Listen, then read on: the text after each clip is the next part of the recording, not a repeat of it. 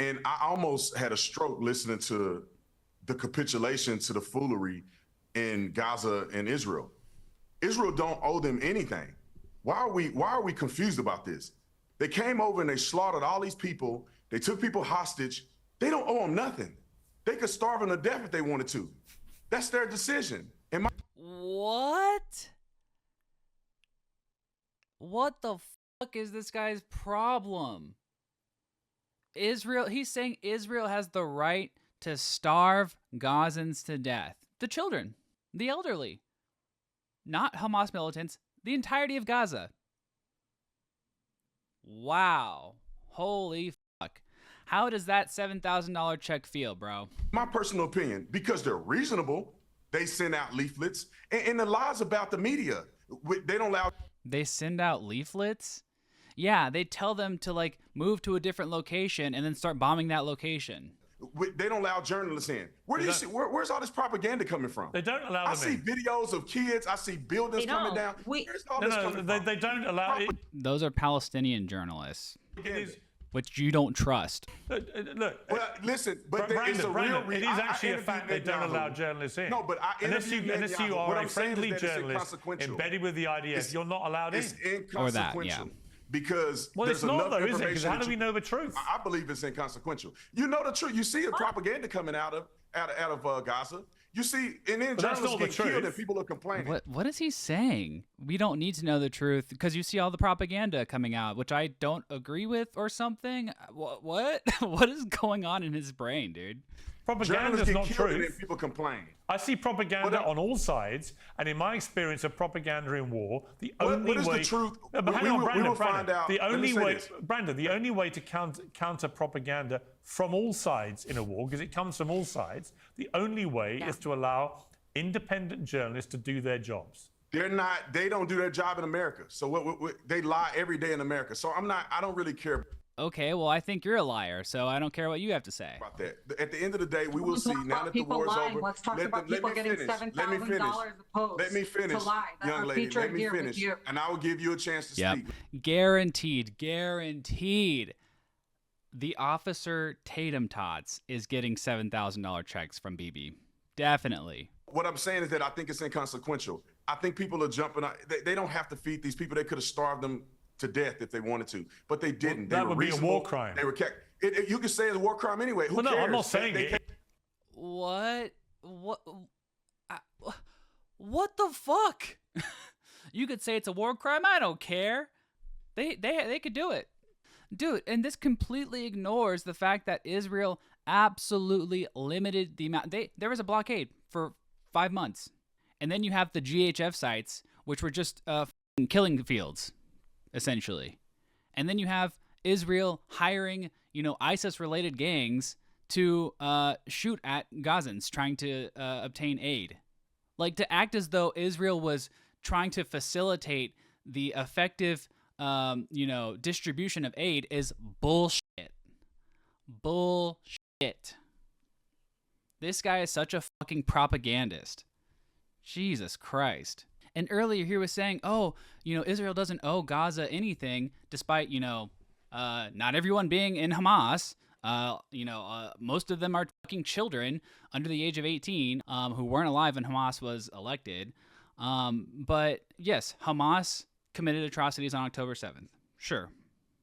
Let's just go back to, 2008, okay, when Israel violated a ceasefire on November 4th when Obama was elected, knowing that people would be distracted and that Hamas would retaliate to provide a pretext for Israel to invade and destroy Gaza, which they did.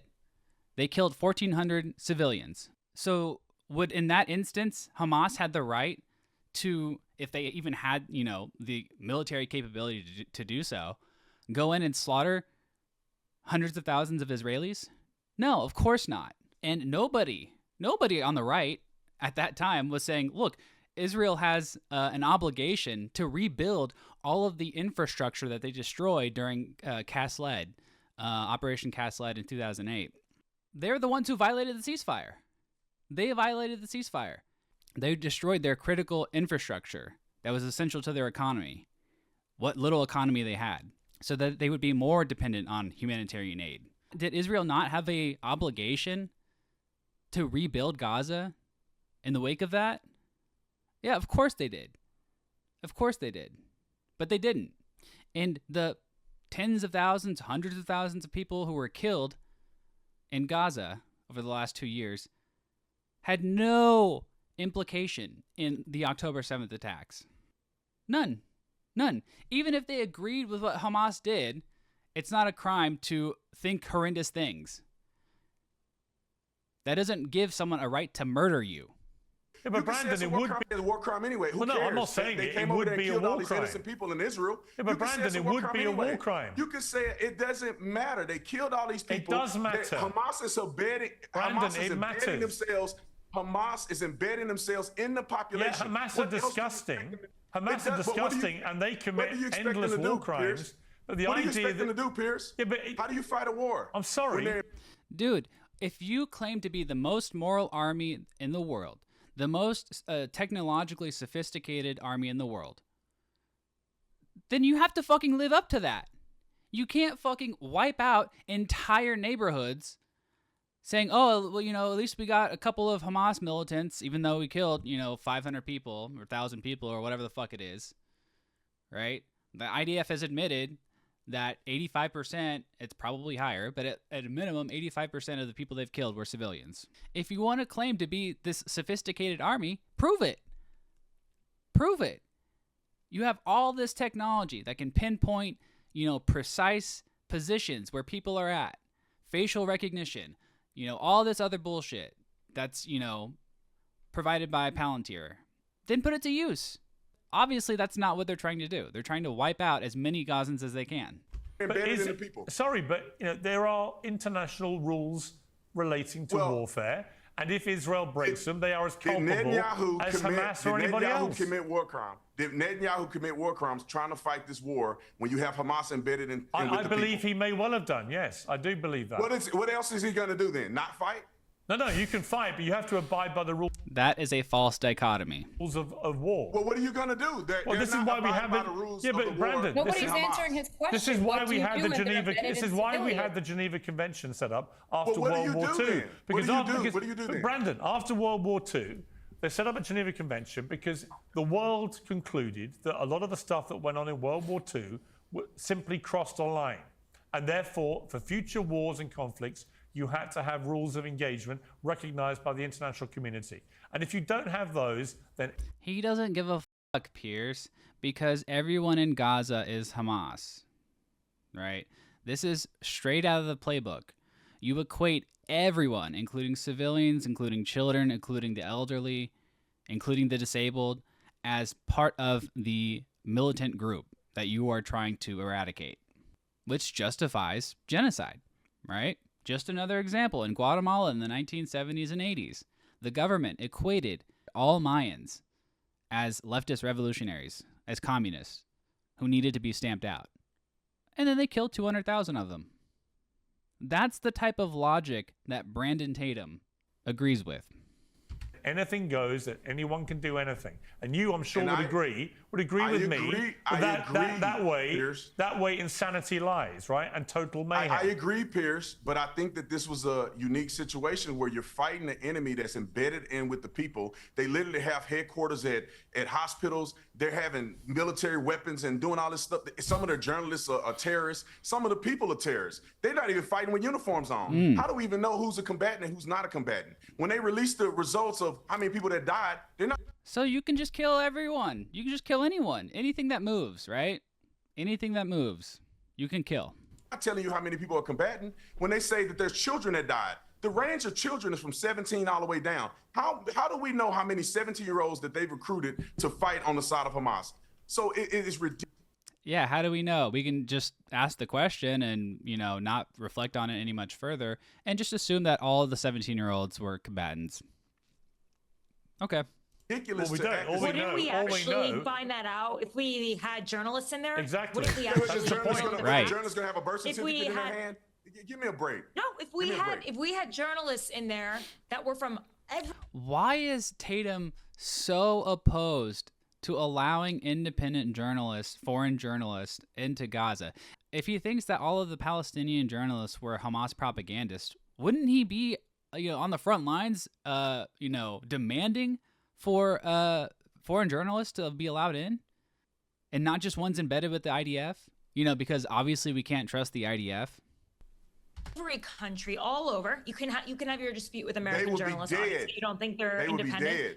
They will be getting killed. They will be dead. They will be starving. Right? The only way that there can be peace. They will be getting. You can have your dispute with American journalists. You don't think they're independent? They will be dead. They will be getting killed. They will be dead. They will be starving. Right? The only way that there can be peace in the Holy Land is through accountability and through justice, not through genocide.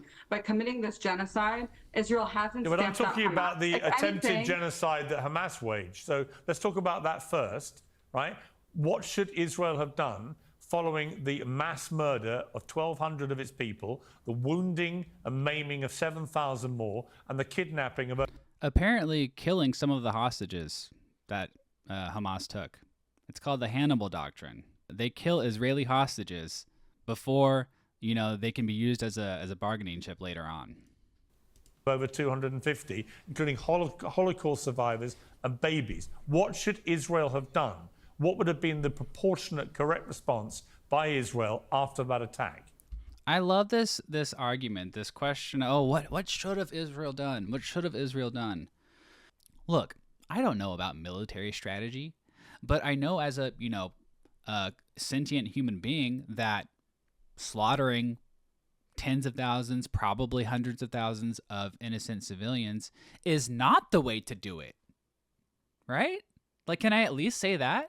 Negotiating a hostage exchange in return for the Palestinian hostages would have saved a lot of bloodshed on both sides. And let's not forget that Israel employed the Hannibal Directive on October 7th. Yep. Much of the damage that has been done could only have been carried out by Apache helicopters. Yep. And, all right, but do you think what Hamas did? Okay, but do you think what Hamas did on October the 7th was justified?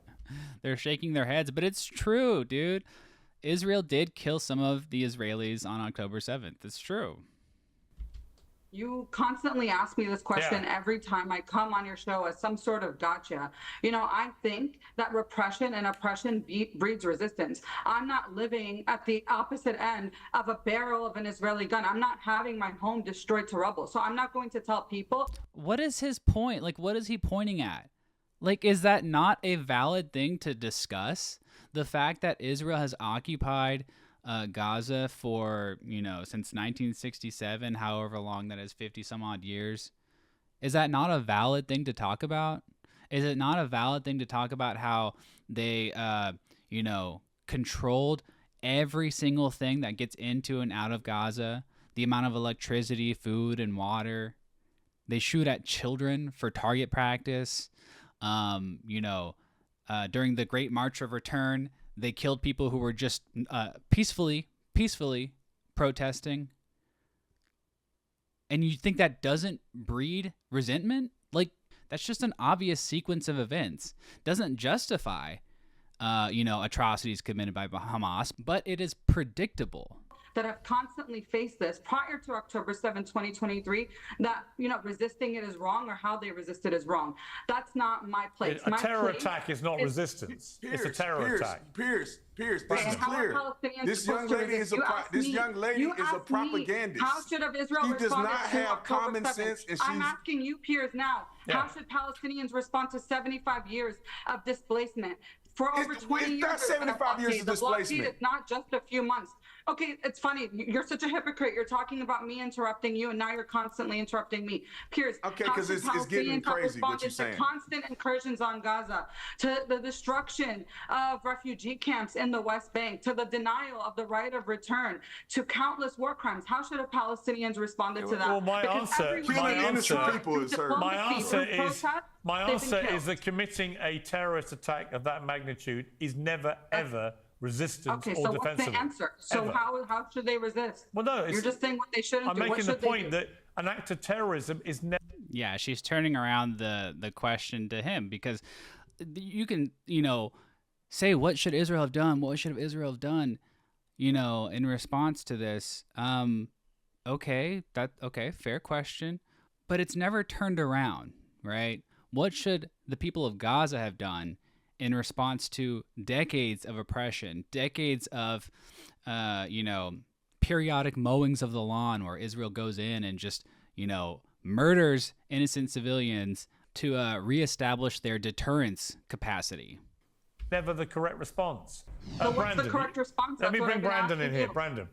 Okay, you can't answer the question that you tried to ask me. I want everybody to get a chance. This young lady is clearly a propagandist. She will not deny or will not say that Hamas is a terrorist organization and they killed innocent people. And then Hamas is a terrorist organization and killed innocent people. Israel is a terrorist organization that is backed by the most powerful country on earth and has killed innocent people. And killed their own people, too. And she want Hamas to be fighting and killing innocent people, and then when Israel come back and whoop their socks off, she act like it's a genocide. They haven't been committing a genocide. I don't know what world you live in or any other person that's living in that think this is a genocide. You don't feed people in a genocide. International You don't fight organizations. AIDS in a genocide. Wait. I didn't realize how much food that Israel has purchased and provided was getting into the Gaza Strip. I was not aware of that. Israel allowing UN trucks to get in is not feeding Gaza. And they barely even do that, right? Again, the GHF sites were killing fields, as described by IDF soldiers. The fact that there are famine conditions in Gaza disproves this idea that Israel is feeding them. The population doesn't grow during the genocide. 75 years, the population has grown. What are you? Over 75 years, what has the population done in the last 2 years? Has it grown? Has it grown or has it shrunk?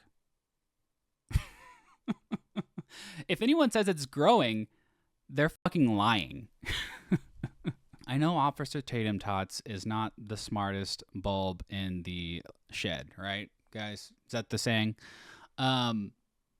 Just because a population grows does not mean a genocide has not been attempted or committed.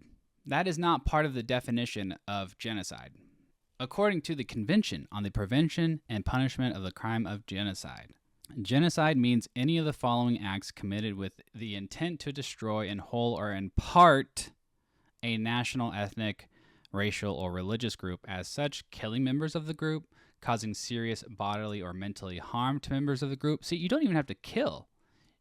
If you just cause serious bodily harm or mental harm to members of the group, deliberately inflicting on the group conditions of life calculated to bring about its physical destruction in whole or in part. At the very least, you have to admit Israel has done this in the past and, of course, in the last 2 years. So population growth over the last 75 years is completely irrelevant. And who knows, the population could have grown more had Israel not occupied and imposed a blockade on Gaza for the last, however long. Saying, are you guys smoking or what? 75 years, the population has grown. That's not a genocide. That's not what the definition of genocide. Could you even define genocide? You clearly can't even define genocide. Well, I tell you what. Name another genocide. Let me just say something. The reality, and I've looked. Yeah. All right, I think that's enough. Look, Officer Tatum. Do we still call you officer? Are you even an officer anymore? Anyway, I hope the $7,000 was worth it. I hope being on the wrong side of history was worth $7,000 times however many, positive posts or videos you have praising the state of Israel. I hope you can fucking sleep at night, dude. Because you are a despicable human being.